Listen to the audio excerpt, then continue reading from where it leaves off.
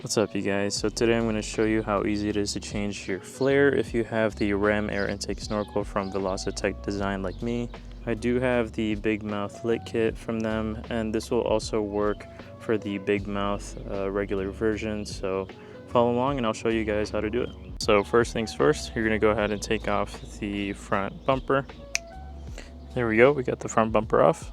Before we do anything else, let's go ahead and unbox the new flare here. There we go. The new flare is in here. Then we have some hardware and then the new remote controller here, which I'll go over a little bit later. Then we have some new wiring, which is all in here. And I'm going to go ahead and unbox the new flare here, just to show you guys which one I got. And here we have it. So this one is the trapezoid shape for the flare, and I ended up doing this version because I wanted to do something different. I've always had the rectangular one, which is on my car right now, but I wanted to change it up, and I thought this would look amazing with the shape of the front bumper and the new facelift for the 2025 Civic. And yeah, I can't wait to get this on and see how it looks. Moving on, what I'm actually going to do is I'm just going to take this whole thing out just so I can make it easier to take off the old flare. And you will have to take off your old hardware that you have installed on there. So go ahead and take that out, and then we'll go piece by piece here. So what I did was I loosened up the 10mm bolts up here by the intake, and I did have to loosen up my 271 intake just so I can get through that. And then we're going to go ahead and loosen up the screw here. And then this is a size 8 hex bit socket you'll need to use for this bolt, so go ahead and loosen those up. And once you have those bolts loosened up and then the two bolts here, we're going to go ahead and take off the clip that was right here, and then you should be able to pull this out with no problem. There we go. So here's the new lit kit flare and all of the hardware for the new one as well. And I wanted to do a quick comparison between the old Bluetooth controller, which is this one, versus the new one right here. So it's pretty big. We're gonna have to find a spot for this, but that shouldn't be a problem. So once you have everything off, grab your snorkel. We're gonna go ahead and remove 4 screws on the flare here. So there's 1, 2, and then 3 and 4. Now I don't know what size hex bit this is. I just have a precision screwdriver set, and I found a really small hex bit on there, so it fits perfectly. I fortunately don't know what exact size that is, so you'll just have to find what fits and take those 4 screws off. But once you have those unscrewed, it should pop off nice and easy. And I'm going to go ahead and remove this wire as well here, and I'm just going to reuse this clamp here, which would be good for the new one. There we go. And then we're going to grab our new lit kit flare, and we're going to loosen up the new 4 screws on here like we took off on the old one, and then we'll just place it onto the snorkel itself. And here it is. That looks pretty nice. Just make sure you don't over tighten these screws up here. It's all plug and play, so it should fit just fine. And now we're going to go ahead and put it back onto the car. First thing, just put it under the bracket here. Just line it up the way it used to, and then we're going to go ahead and put this clip back on first. So once you have the clip on, we're going to go ahead and put back the size 8 hex bit bolt here, just like before, and make sure it's just pretty snug, and it should be good. After that, we put this screw back on, and I did change the old washer that was on there because it was so rusty, but this one is not the same size, but you should keep it in check when it comes to movement. And when you tighten these 10mm bolts, these are for sure not going to move. Everything is on. We have the 10mm bolts that we retightened, and then the screw here, and we have the size 8 hex bit bolt here, and then the clip.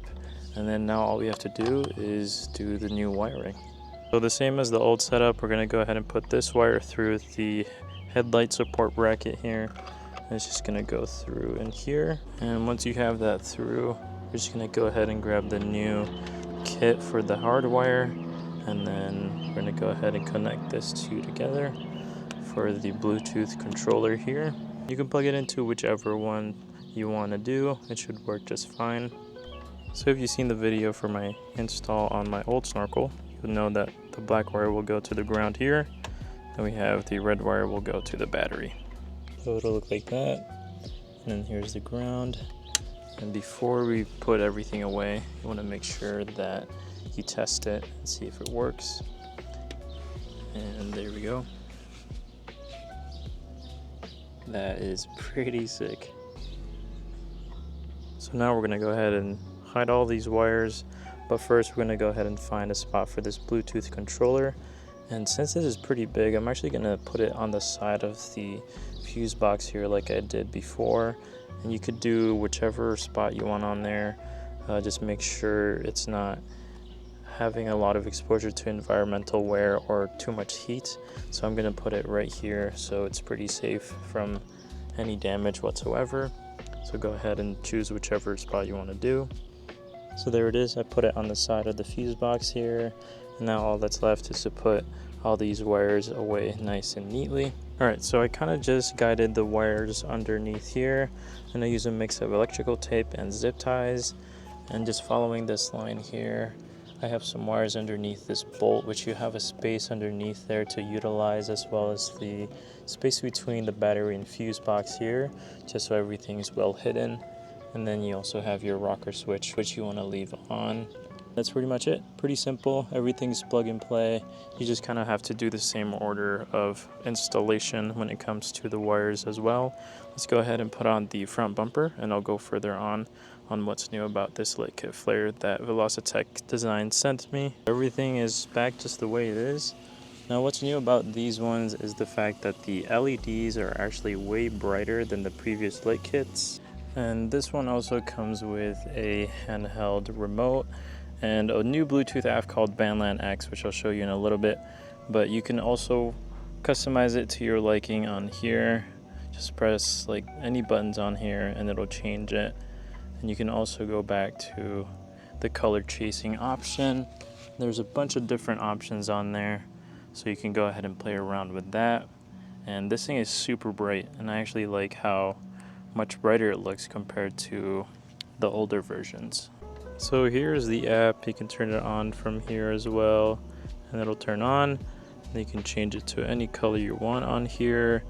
Then you also have different types of options as well. You can go through any of them. There's a bunch. So you can customize it through here, and everything is pretty customizable, and you can also use the remote if you wanted to. But that pretty much sums up how easy it is to switch your lit kit flare from Velossa Design. I'll link this down below for you guys to check out. And they also have other lighting accessories and strips that work with this lit kit, so feel free to check those out as well. Thanks for watching, and big shout out to my sponsor Velossa Design for sending this out to me and letting me install it and review it as well. Absolutely love how it looks and how much better it looks compared to the older versions of this lit kit flare. But it's also super easy to change, which is a big plus. Anyways, always stay safe and drive safe out there, you guys. I'll see you on the next one.